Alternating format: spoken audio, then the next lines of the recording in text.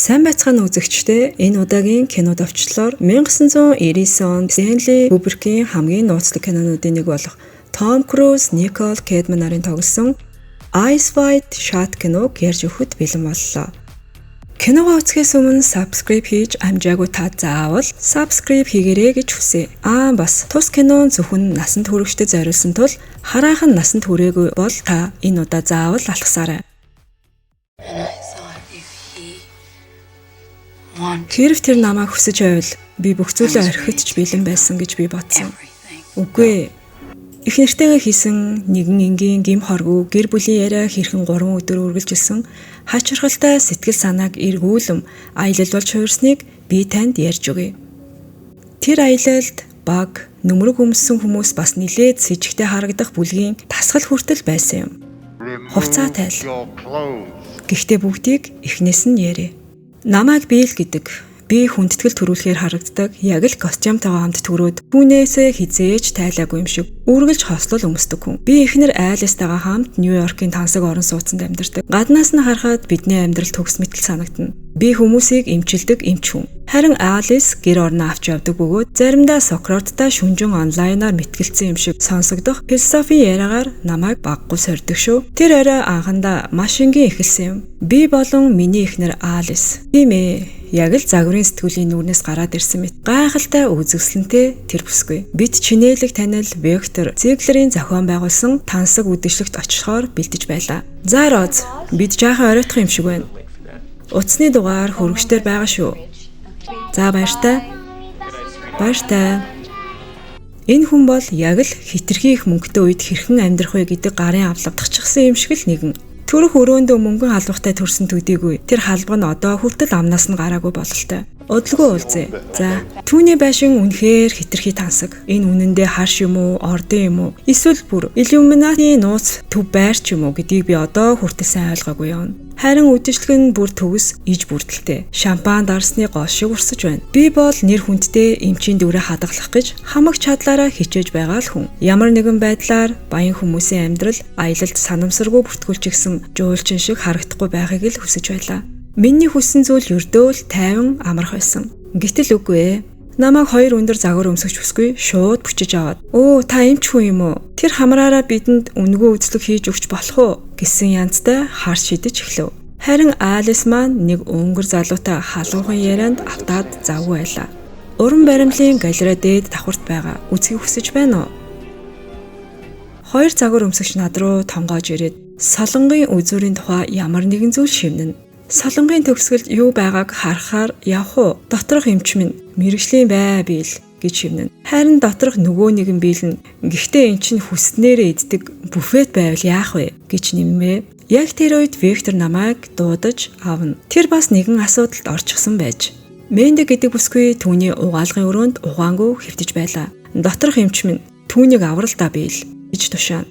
Харин доторх нөгөө биел нь гэхдээ эхлээд тэр үзэсгэлэнтэй нүдийг нэг хараадах та гэж шивнэж байв. Ингээд би түүнийг ухаан оруулахын зэрэгцээ хит олон асуулт асуухгүй байхыг хичээж байлаа. Мөн шалан дээр байсан хин нэгний үлдээсэн жижигхэн цагаан цасан овоолго дээр санамсаргүй гიშггүй байхыг хичээж байсан юм. Чамд нөхөн сэргээх хэмжлэгээ хэрэгтэй болно. Мэдэж байна. Үүнийг хэлэх шаардлагагүй байх. Гэхдээ энэ бүхэн зөвхөн бидний хооронд л үлдэнэ шүү. За ойлголоо. Баярлалаа Вектор, гайхалтай үдшилэг боллоо. Дараа дахин урьж байгаарай. Мэдээч шүү дээ. Гэвч Алис намайг ягаад тэр 2 бүсгүйтэй дээд давхарт ийм удаан байсан талаар мэдхийг хүсэж байлаа. Яг тэр үед өөрөө доод давхарт нутгийнх нь граф Дракула товстуулж байсан атлаа шүү дээ. Би нөгөө 2 бүсгүйн тухай ярьж байлаа. Тийм ээ, угаалгын өрөөнд байсан бүсгүйн тухай миний түүх. Яг л хаус аймдын цуурлаас шууд хуулж авсан мэт сонсогдож байгаа байх. Гэхдээ Айлс надад итгэсэн бололтой. Эсвэл ядаж л итгэж байгаадаар үзүүлсэн л байх. Түр хүлээ. Чиний хэлэх гээд байгаа зүйл нь нөгөө 2 загвар өмсөгчтэй хамт яваагүй цорын ганц шалтгаан нь намайг бодсонд байгаа гэж үү? Тэгээд л тэр жинхэнэ бөмбөгийг дэлгэлсэн. Тэр нэг удаа огт танихгүй нэгэн залуутай бараг л харилцаанд орох шахсан гэж хэллээ. Тэгээд үүнийг яг л алимны бэлүү хийх жор ярьж байгаа юм шиг тайван хэлж байгаа юм. Өнгөрсөн 100 Cape Cod-д байсныг санаж байна уу? Тэгэхэд бид Cape Cod-д амьдарч байхдаа тэр үнэндээ намайг орхиод нэгэн далаачинтай хамт явахыг хүсэж байсан. Бүр ахмадч биш. Зүгээр л нэг Карл гэдэг далаачин залуу. Тэр манай ширээний ойролцоо өөр 2 офицерын хам сууж байсан гэсэн. Тэр нөхөр далайчны зангилаач сайн ууж чаддаг байсан эсэг нь эргэлзээтэй. Гэтэл яагаад ч юм манай гэрлэлтийг хоёрхан хөдөлгөөнөөр тайлчих шахсан бололтой. Харин Айлис энэ бүхнийг цаг агарын мэдээ уншиж байгаа мэтэл царайтай ярьж байлаа. Өнөөдөр тэнгэр цэлмэг өөртөө итгэх итгэлтэй бүрэн сүрэх багахан магадлалтай.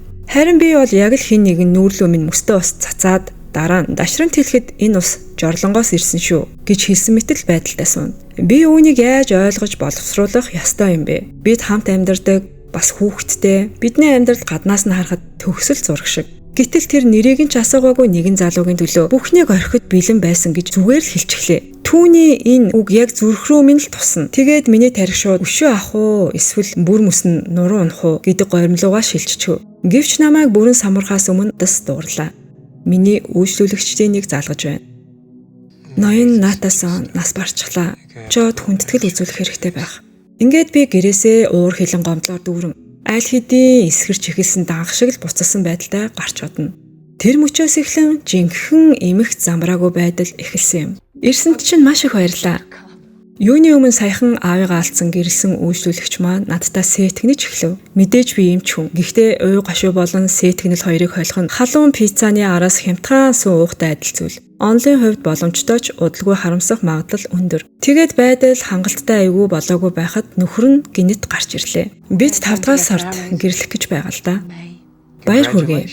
Би тэндээс маш хурдан гарч утсан. Тийм хурдан байсан болохоор флаш хүртэл атаарах байсан баг. Гунигтай бодолсон би Нью-Йоркийн шөнийн гудамжаар тэнүүлчил Айлис болон түүний далаачны тухай бодлуудыг дахин эргэцүүлж байлаа. Тэгтэл хувь тавилан надад нэгэн богино зам санал болгосон юм. Түүний нэрийг Домино гэдэг байв. Тэр бүсгүй яг л нэгэн загварын сэтгэлийн тайлбар дээр даруухан хэм маягтай багхан зоримог өнгө аястай гэж бичигдэхээр хувцалсан байлаа. Үннийг хэлэхэд тэр мөчөд би юу ч болсон зөвшөөрөхөд бэлэн байсан. Миний лого маш энгийн байв. Хэрэв миний эхнэр далаачны тухай мөрөөдөж болдог юм бол би ч гэсэн далаагүйгээр нэгэн далаачинтай бүжиглэх эрхтэй үсттэй. Ингээд бид түүнийг гэрлүү явлаа. Толгой дотроо би аль хэдийн төлөвлөгөөгөө боловсруулчихсан байв. Одоо би Айлис зөвхөн эмч биш гэдгээ харуулна. Цааш нь юу болохыг та өөрөө ойлгож байгаа байх. Гэвч хамгийн сүүлчийн мөчөд Айдас намайг нөмрлөө. Доторх эмч минь зүрхээ хамгаал бийл гэж шивнэн. Харин доторх аймхаа нэг нь магадгүй өөрийгөө бүхэлд нь хамгаалсан дээр байхаа гэж нэмнэ. Тэгээд би зүгээр л үгүй уучлаарай Домино. Би талх аваад гэртээ харих хэрэгтэй боллоо гэд хэлчихв. Ядаж би танд ингэж ярьж байгаа юм. Бодит байдал дээр бол Айлисын утасны дуудлага миний бүх урам зоригийг нэг мөсөн унтраасан юм. Тийм ээ. Уур амьсгал бүрэн сүрсэн. Удалгүй би хуучны найз Никтэйгээ тааралдав. Тэр нэгэн баар нь төгөлдөр хуур тоглож байлаа. Өнөө орой хамтлаг тоглоно. Мэдээж Ник бол жаахан хачиргалтай нөхрөлдөө. Тэр надад хаяа маш нууц арга хэмжээнүүдэд хөгжим тоглохоор урагддаг тухайга ярьсан юм. Тэнд ирдэг зочдыг нүдийг нь боож авчирдаг гин. Үннийг хэлэхэд би өөрөө ч яг хаягийг нь мэдэхгүй байна. Энэ бүхэн нь аль хэдийн над чих хүн сонирхохоор хангалттай галзуу сонсогдож байлаа. Ялангуяа сэтгэлээр унсан бас баг зэрэг үс сансан хүн шүү дээ. Тэгээд яг тэр үед Ник надад нэгэн нууц үг хэлж өглөө. Фиделио. Тэр бол нууц үг байв. Үннийг хэлэхэд тэр мөчөд л би энэ бүхнээс сайн зүйл гарахгүй гэдгийг ойлгох ёстой байсан байх. Учир нь Фиделио гэдэг нь сонсоход яг л ханиадны юм. Эсвэл тансаг бяслагны брэнд шиг. Харин латин хэлэнд энэ нь үнэнч байдал гэсэн утгатай аж. Харин инээдтэй нь юу гэж? Би яг одоо гэр бүлийн үнэнч байдлаа зөрчиөр явж байгаа атлаа. Ашиглаж байгаа нууц үг маань өөрөө үнэнч байдал гэсэн утгатай. Үнэхээр төгс югод баярлалаа хувь тавилан минь маш өвчлөлтэй юм аа. Гэхдээ өөрийгөө яхаа мэдэхгүй бухимдсан хүн ямар зүйл хийж чаддгийг та мэдэн дээ. Хэрэв миний эхнэр далаачныхаа тухай ярьж болдог юм бол би ч гэсэн өөрийн гэсэн жаахан адлын явдалтай байх эрхтэй. Зүгээр л надад хаягийг нь өгчих. Гэхдээ өглөөний энэ цагаар хаанаас багт наадам дүмсэх хувцас олох вэ? Шөнийн дунд хувцас түрээсийн газар хайна гэдэг өөрөө тусдаа даалгавар шиг зүйл юм.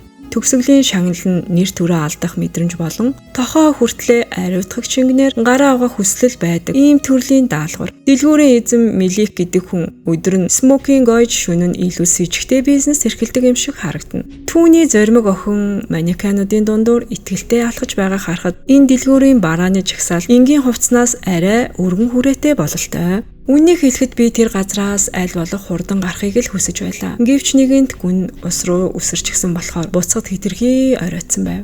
Надад смокинг, бүрх малгайтай нөмрөг, бас маск хэрэгтэй. Би хувцас түрээслээд яг л Харри Поттер үл үзэгдэх нөмрөгөө авч байгаа мэт мэдрэмж төрөв.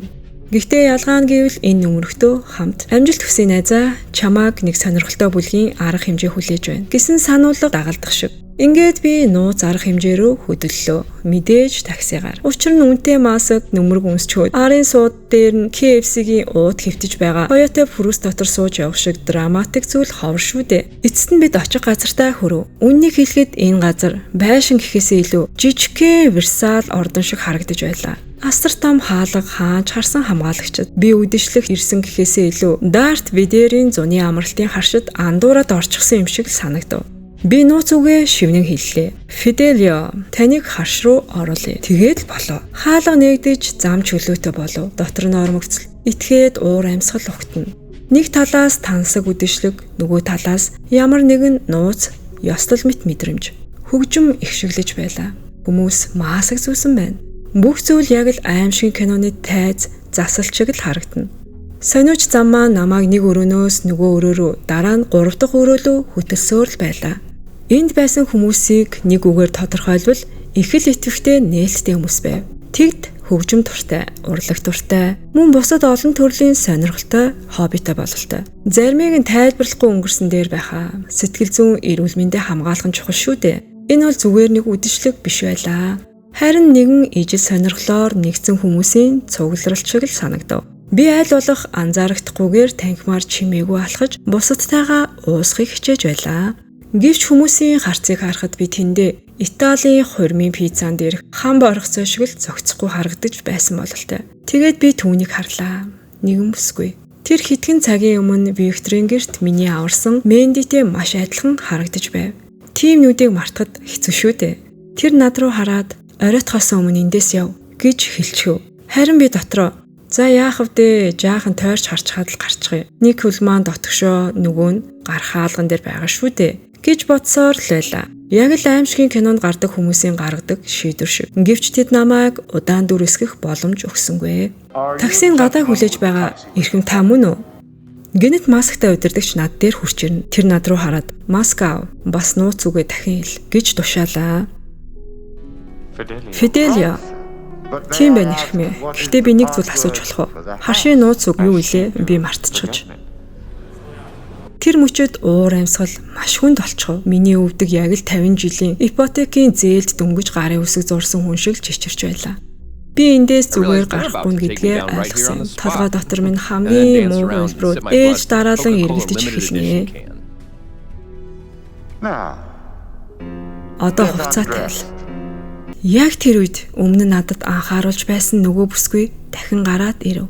Тэр намайг аюулгүйгээр явуулж чадвал өөрөө миний оронд үлдэхэд бэлэн гэдгээ хэллээ.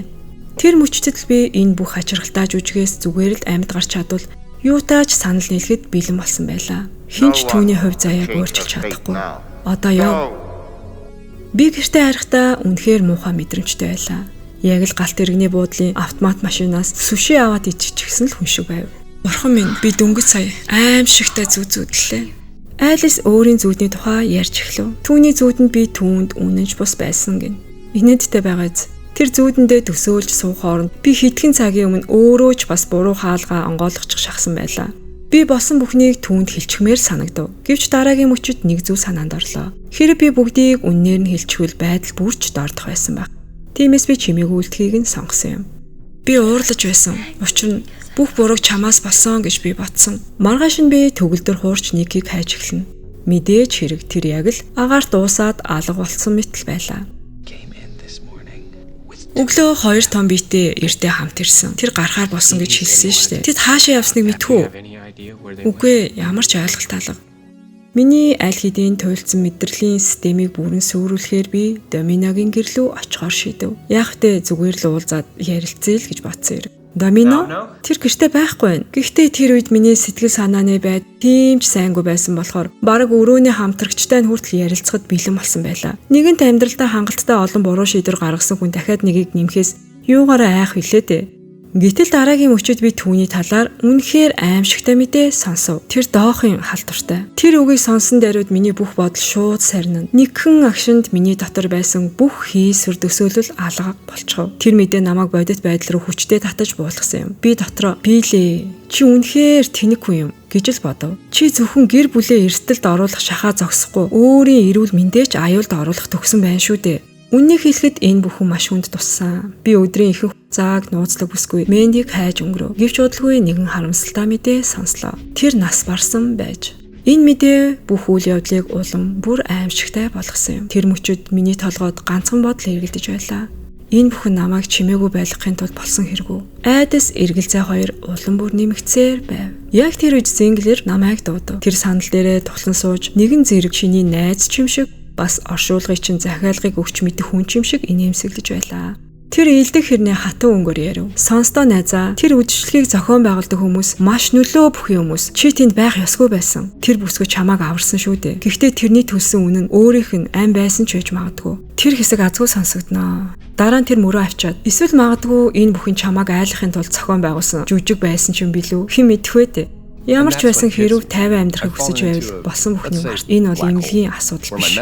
Тэр мөчид би нэгэн зүйлийг ойлгов. Би эмчийн диплом, нэр хүнд, танил тал юу ч үнцэнгүй болчихдог ертөнцийг үл тавьчихсан байж. Эдгээр хүмүүс хүсвэл миний ажлыг, гэр бүлийг, бүр намайг өөрийг минь хүртэл сөөрүүлж чадах байлаа. Тэгээд би бүр саран дээр буусан тухай кино хийж амжаагүй байгаа шүү дээ. Хэрв энэ хүмүүсийг бодоход тэд аль хэдийн тим кино хийчихсэн ч байж мэднэ л дээ.